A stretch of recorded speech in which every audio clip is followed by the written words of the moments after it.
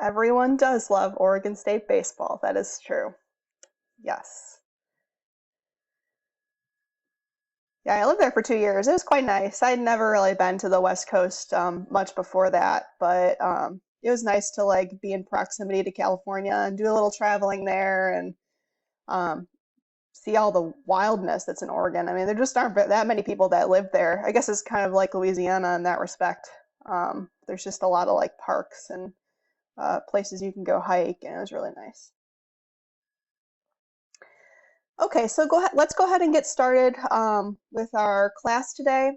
Today we're going to talk about the discovery of the Gulf. So this is going to be a little bit more of a history kind of um, kind of lecture.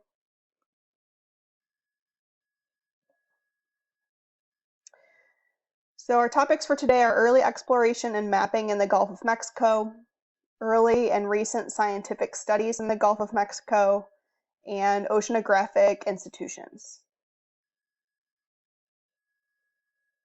The learning goals for today are to understand that native peoples of the Gulf possess sophisticated knowledge of map making and marine navigation, that map making of coastal features and Gulf bathymetry became quite detailed, first for military defense purposes, and then for oil extraction purposes, and that wartime advances in ship technology translated to more efficient fisheries and research technology in post-war times. And finally, that the next frontier in Gulf discovery will likely include a better understanding of new resources such as medicine and minerals, as well as climate adaptation. So in your readings for this class period, so readings of chapters 2 and 3, you learned about the discovery of the Gulf of Mexico from a European colonization perspective. So early British, Spanish, French colonizers, how they discovered that the Gulf was a Gulf, how they discovered places to settle, what they thought of some of the native peoples that they discovered when they landed here. And so that was mainly what was covered in those chapters. And I think that Jack Davis did a really good job covering that. So I'm not going to rehash that here. Instead, I want to talk about discovery in the Gulf of Mexico beyond the age of exploration, both before and after the age of exploration. What did that look like? And I think it's really important when you're studying a topic like oceanography, coastal oceanography, oceanography of the Gulf of Mexico, that you have an appreciation for how we got to where we are and some of the driving forces behind creating the field that you're studying. And so that's why I like to throw in some of this history stuff, like history of the field, history of oceanography in the region, so you could have a better appreciation for, where we're at and what you're learning today. So hopefully it's an interesting lecture for you. So let's talk first about before Columbus, so pre-Columbian exploration. Before Christopher Columbus, there were people in this region. We learned about early cultures, pre-colonial cultures, and there was considerable marine transportation in the region and commerce, marine transportation and marine commerce in the Gulf before it was, quote, discovered by Europeans. Put that in quote because, of course, there were people living here before the Europeans arrived. And we know this because there were actually lighthouses that could be found around the coast. So coastal navigation was enhanced by lighthouses, which were coastal towers that were illuminated by fires. We know that there were maps. So the Aztec king Montezuma presented Cortez with a detailed map of the Mexican coastline. And so there were cartographers and voyages for mapping purposes.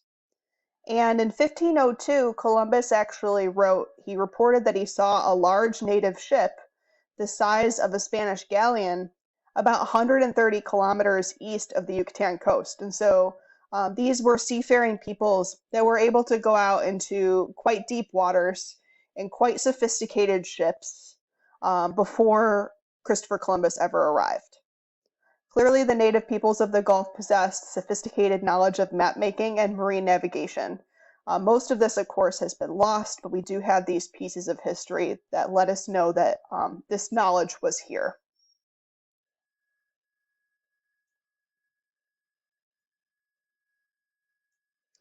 After the discovery of the New World by colonialists in 1942, exploration was definitely a high priority, but documentation was poor. There weren't a whole lot of things that were written down. That's really unfortunate because we don't really know a lot about what types of exploration were done in that era, and the reason was you didn't want to write stuff down because then it might be stolen. There were many competing countries, a lot of secrecy, and so a lot of the knowledge from that time was lost. But within about 30 years of the colonial people discovering the Gulf Coast, Spanish explorers had completely navigated the shorelines of the Gulf. They knew after this navigation, for instance, that Florida and the Yucatan Peninsula were in fact peninsulas of a quite large landmass and not islands or anything like that. So they knew that they were dealing with a large landmass. They knew that they were dealing with peninsulas. By 1519, all of the major rivers flowing into the Gulf were charted. And because of the size of these rivers, they knew they were dealing with a really large landmass that had a lot of room for drainage. The Mississippi River is huge. It's clearly draining a very, very large amount of land. So they knew they were dealing with essentially a continent by that time.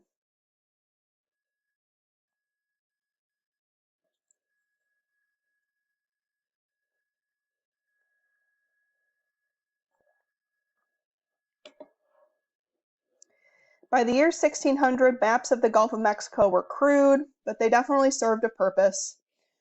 They included many coastal features such as deltas, inlets, and bays. In this map here, you can see that there are bays included, and islands, coastal waterways. Many locations were somewhat accurate to within 1 degree of latitude, which definitely wouldn't fly for our purposes today, but for the time, it was pretty good. They also included some bathymetry data from depth soundings of the water and observations of winds and water currents. And they identified efficient routes for sailing at that time, because that was the main purpose of these maps, were to figure out how to get ships to different locations efficiently.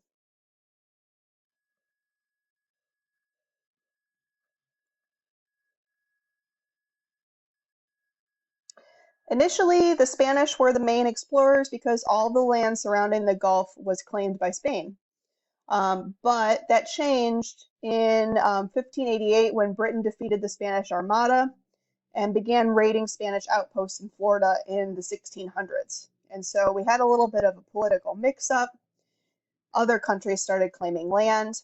In 1682, France mapped the Mississippi River and claimed its banks as French, and that's why New Orleans has this French flair to it because its history is French. They founded New Orleans in 1718. So now we have three competing powers in the region: Spain, Britain, and France. And map making of coastal features all of a sudden becomes much more detailed because these three competing countries have a military interest in the region. So they wanted to know exactly where all of the inlets were, exactly what everything looked like on the coast for military defense purposes. And then the United States became independent and ended up controlling the entire northern Gulf of Mexico, buying back land from Spain, from France by 1849. So there were a lot of competing powers in this period of time between the late 1500s to the mid 1800s. You can see here a map from about 1765 of a portion of the northern Gulf of Mexico, including the Mississippi Delta, and a lot of this is quite detailed. You can see here an inset of this bay here, which I think is, here we have Pensacola. So that's quite a quite detailed depiction of coastal features at that time. Okay, so we know that appreciation of coastal features really increased as military defense purposes became much more urgent. What about understanding of things besides just map making? What about these early scientific studies? Well, science to advance commercial and military interests of the new United States proceeded relatively rapidly in the mid 1800s. There was interest in figuring out what types of resources could be tapped by this Gulf region that the United States now had in its possession. So a U.S. Coastal Survey, which is now what we would call NOAA, so the National Oceanic and Atmospheric Administration, so the names have changed. But this agency was established in 1807, so pretty early on in the U.S. history. The United States began to fund and conduct bathymetric surveys and mapping the Gulf Stream for navigation. And also, one of the first major pushes was to understand coral reef biology, actually. And so, obviously, the Gulf of Mexico was a really important area for those types of studies, because if you look at the United States, this is really where the coral reefs are. Deep sea exploration didn't really begin until the late 1800s, but as soon as we started looking in the deep sea, we found that there were thriving and abundant deep sea life. And so prior to that period, it was thought that there wasn't much to be found in the deep sea, that it was too cold, that there was too much pressure, not enough light to support any sort of life. But as soon as scientists started throwing down some deep sea trawls, they began pulling up all sorts of sea creatures. And so that kind of threw that theory on its head, and then we realized that the deep sea is thriving. And here, for instance, are some drawings of deep sea creatures found during the Challenger expedition in the late 1800s. This is a U.S. funded expedition. Yeah, anglerfish. Can you imagine being the first person to pull up one of these and then having to draw it? What a fun task that must have been. Also kind of terrifying. Yeah, right? Yeah.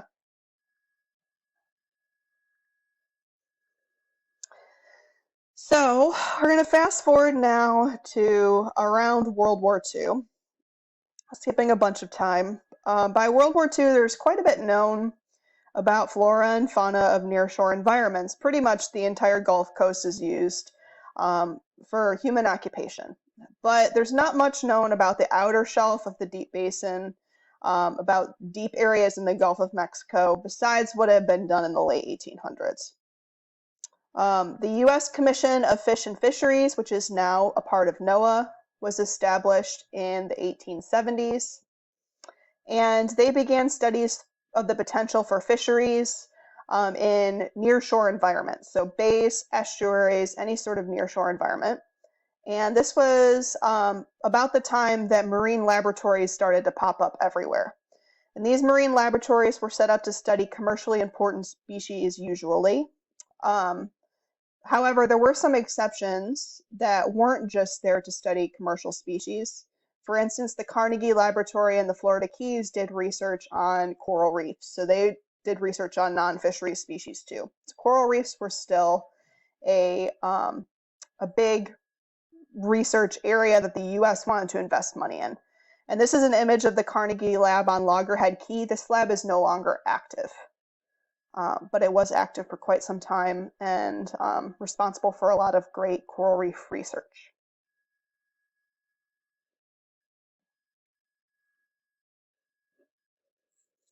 So that's our pre-World War II.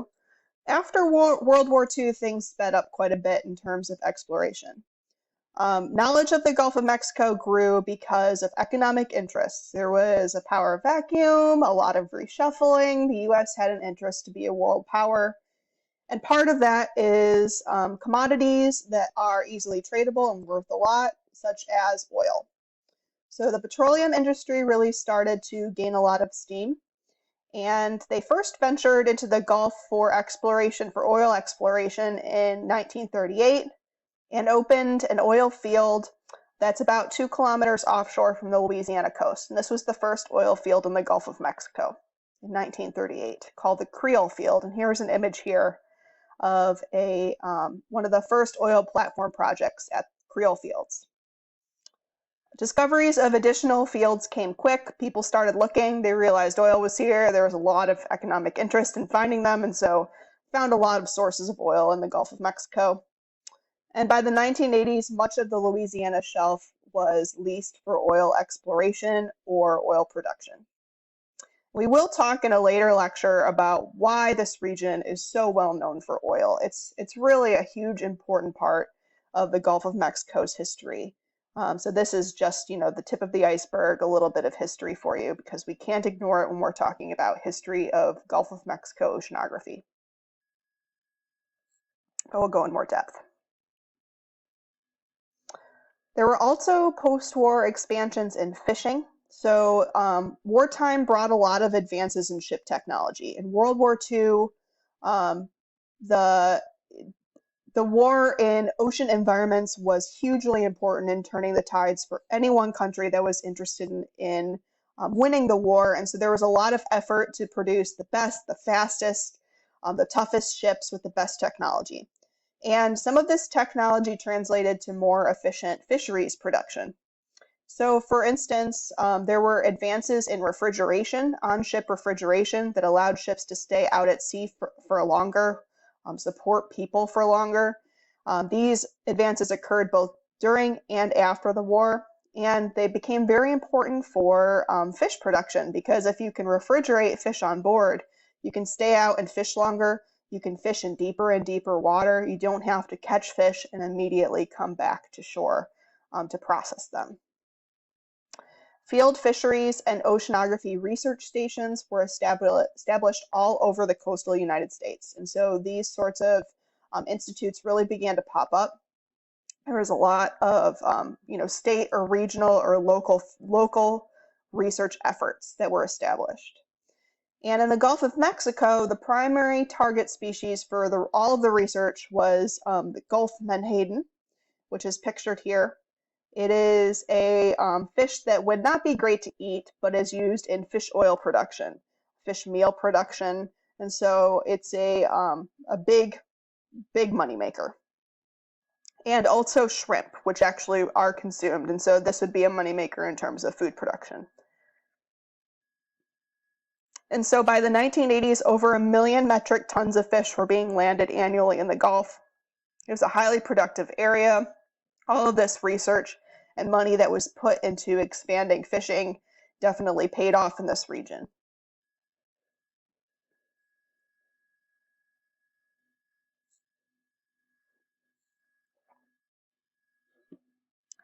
Okay, so I want to do a quick in-class activity, to show you a little bit of history as to how oceanographic institutes form.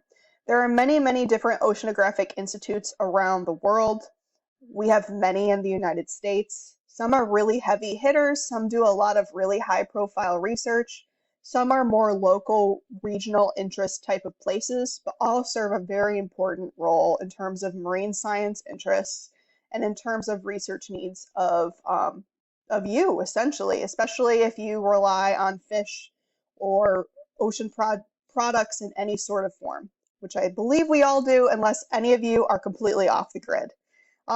So I have an assignment for you to complete under week 3, 7 in class on oceanographic institutes. The page has some images of timelines in there. If you want, you can also download the PDF, which has those timelines, so you can expand them on your phone or on your computer, so they're easier to see the words. And I want you to go ahead and look at these two timelines. One's for Woods Hole Oceanographic Institute in Massachusetts. So this would not be a Gulf location. This is a large oceanographic institute on the East Coast. And the other one is the Gulf Coast Research Laboratory in Mississippi. And so this would be one of our major coastal research institutes. Both have very different histories. So please review the timelines and answer the below questions below the timelines to compare and contrast the history of the two. And I don't think this will take much more than 10 minutes, so I'll check back with you as we get close to 11 o'clock.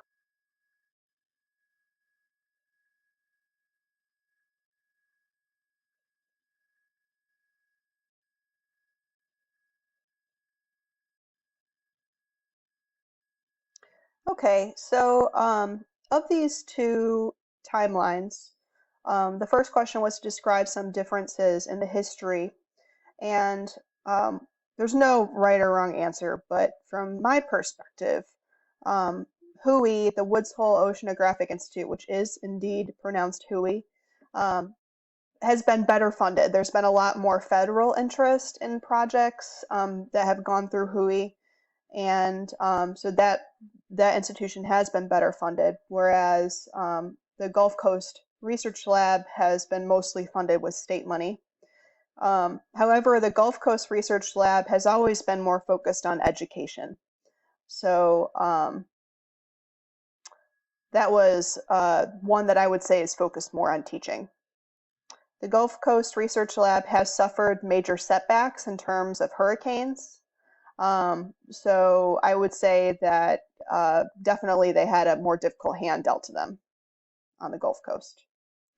The next question was to introduce basic or applied science. Basic science is a basic understanding of how things work. And applied science is science that can be used to solve real problems, practical problems. I would say that WHOI is more focused on basic science, so things like the discovery of hydrothermal vents would be a basic science type of discovery, whereas the Gulf Coast Research Lab is more an applied science facility, so they're doing research to support agriculture and fisheries in the region. And then the last question was just kind of a preference question, so I'm just interested to see what you say. I mean, I tend to do more applied science myself, and I love fisheries, and so I would see myself more at a Gulf Coast Research Lab type of place than a Woods Hole type of place. However, WHOI is a really, really, really cool place to be, and they have a lot of really like high-profile discoveries, and so that's something that's pretty fascinating and attractive too.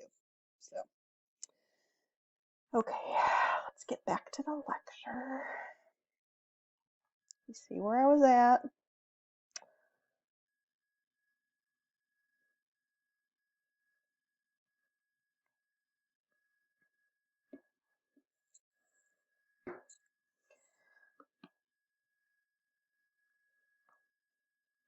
Okay. So as it became clear that oil and other resources lay beneath the continental shelf and waters, it needed to be determined who owned that, who had jurisdiction over offshore waters. And so in 1953, Congress passed laws establishing which bits of water belonged to a state and which bits of water belonged to the country.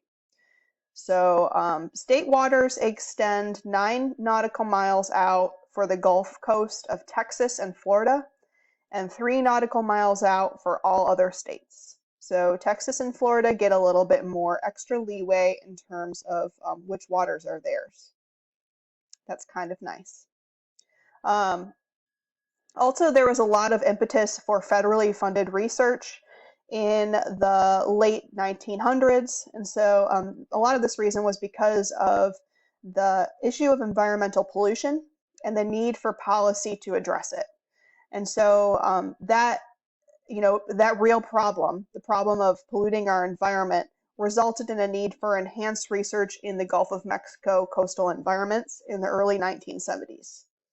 And at that time, all states bordering the Gulf of Mexico established coastal laboratories, if they hadn't done so previously, with active marine science programs. You can see here the location of most of the major Gulf Coast marine laboratories, and I've pointed out a few that might be of interest to you, like the Gulf Coast Research Lab, which you just learned about, LUMCON, which is our relatively local facility, and a couple more on there.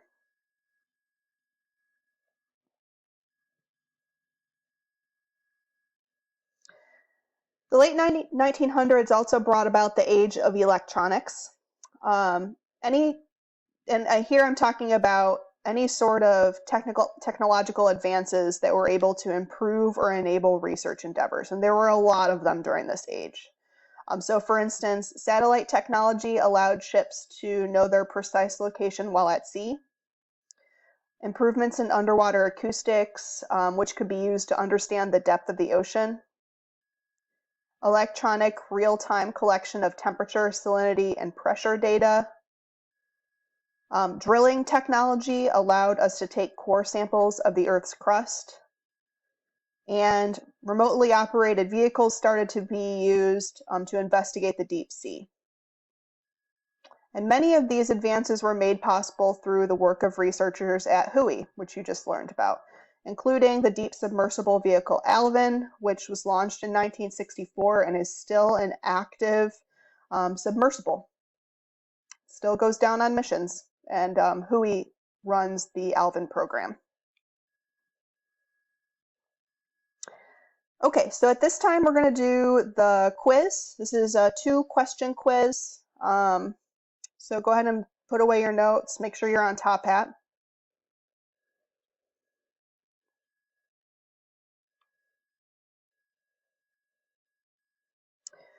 The first question: which of the following were advances from the age of electronics that improved or enabled research endeavors? More than one answer might be correct. Choose all of the correct answers, please. All right, and the answers I was looking for here were C and D. Improvements in underwater acoustics, which are now used to understand the depth of the ocean, and remotely operated vehicles are used to investigate the deep sea. We didn't talk about any discovery of new toxin extraction methods, which led to advances in medicine. And then deep sea trawlers did lead to the first deep sea exploration, but this was much, much earlier. This was not during the age of electronics. And so deep sea trawlers were used back in the 1800s to discover that anglerfish that was in that drawing. Next question. This is just a simple true or false to give you an idea of all the different types of questions that I'm going to be asking you on your exam. True or false? The first detailed maps of coastal features in the Gulf of Mexico initially occurred to support military defense initiatives.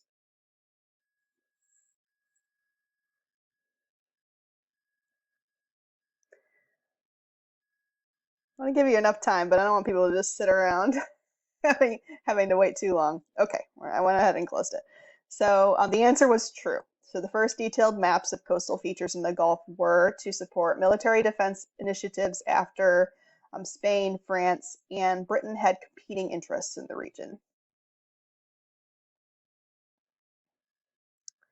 It was true. All right, just a few more slides to finish up. Wanted to talk about more current scientific studies. Here we're all the way up into the 1970s and beyond. So the era of large research projects on the Gulf Shelf and slope came in the 1960s and 1970s with an expansion of oil extraction. So because there were a lot of new oil leases, it required an understanding of impacts of oil production to the environment. So there are a lot of large-scale studies out on the shelf, which are very valuable information. And there are many major research projects funded by the U.S. government to look at the impacts of oil on the coastal area. It also became very clear during this time that the Gulf of Mexico supported very diverse marine life and valuable fisheries. So there was a lot of money spent to understand, the limits to these fisheries. How much can we extract and not ruin a really good thing? Did Aztec's maps not count as detailed coastal maps? That is a very good question. So let me see how I had worded that, because I might consider rewording that. The first detailed maps of coastal features in the Gulf of Mexico. You're right. I mean, I would consider those detailed maps. So I'll go ahead and give you guys who chose false on this credit, and I will reword this to make it more specific for the exam. Caleb, that's a really good point. Thank you very much for bringing that up. Good call.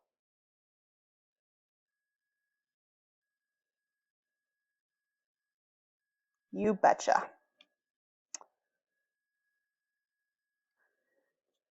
Okay, so still on modern scientific studies. In the 1970s, a big project was formed called Mussel Watch, which is a federally funded project to sample and look at toxins that accumulate in mussel tissues. Large mussels will actually accumulate any sort of toxins in the environment. So sampling and analyzing a few of them in any area can give you a good indication of the severity of pollution in that area. And so this is a really cool way of incorporating some toxicology with some biology and getting a really good read on what types of pollution were a problem in specific regions. And then in the 1980s, there were several major studies conducted in Mexico, in the southern Gulf of Mexico, by Mexican researchers. And these are very valuable studies as well. Most of this course is focusing on the northern Gulf of Mexico, of course, because we in the United States have kind of that perspective. Also, there is a lot more research that's been done in the northern Gulf of Mexico, but it's important to remember also that we do have a pretty good understanding of coastal ecosystems in the southern Gulf of Mexico as well. And then I want to end on some really modern Gulf science. So the new frontier of Gulf science, if I had a crystal ball and I could tell you what I think the next 10, 20, 30 years are going to look like in terms of what are the biggest discoveries in the Gulf, these would be it. So these are my opinion, my expert opinion. The new frontiers of Gulf science will be marine biomedicine. And so many promising medicinal compounds have been found in the sea, in the Gulf of Mexico. The Gulf is included. And one example is this critter here. So this is the mangrove tunicate, which is an animal. It looks like a plant, but it's actually an animal. It's a colonial animal, kind of like a sponge, but it's not a sponge. It's found in the Gulf of Mexico, and it's the source of a promising new anti-cancer drug that's in investigation now. Just one example of many. The next new frontier will be deep sea mineral mining. So this is inevitable. We are always looking for new resources to harvest. And as this kind of gains steam in the Gulf of Mexico, it will require a lot of research and monitoring as to its impacts and as to its longevity. So we want to know, how long will these resources be available? And then finally, climate adaptation. So this region is going to be a hot spot for big coastal restoration projects. It'll probably be the first area in the United States that experiences large-scale human migration due to climate change impacts. And so these are going to be really, really interesting marine science, social science, human dimension coupled type of problems.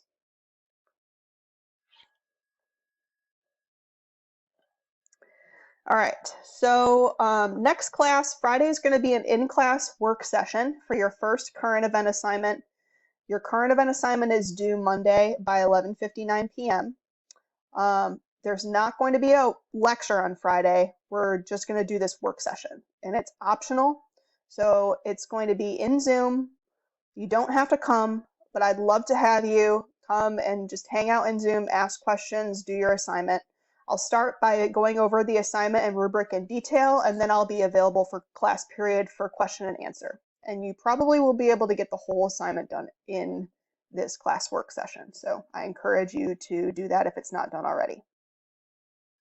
The assignment and the rubric are both available on Top Hat. There is a specific folder for current events, so you can find those if you want to start early. And that's all I have. I will see you guys on Friday for our work session.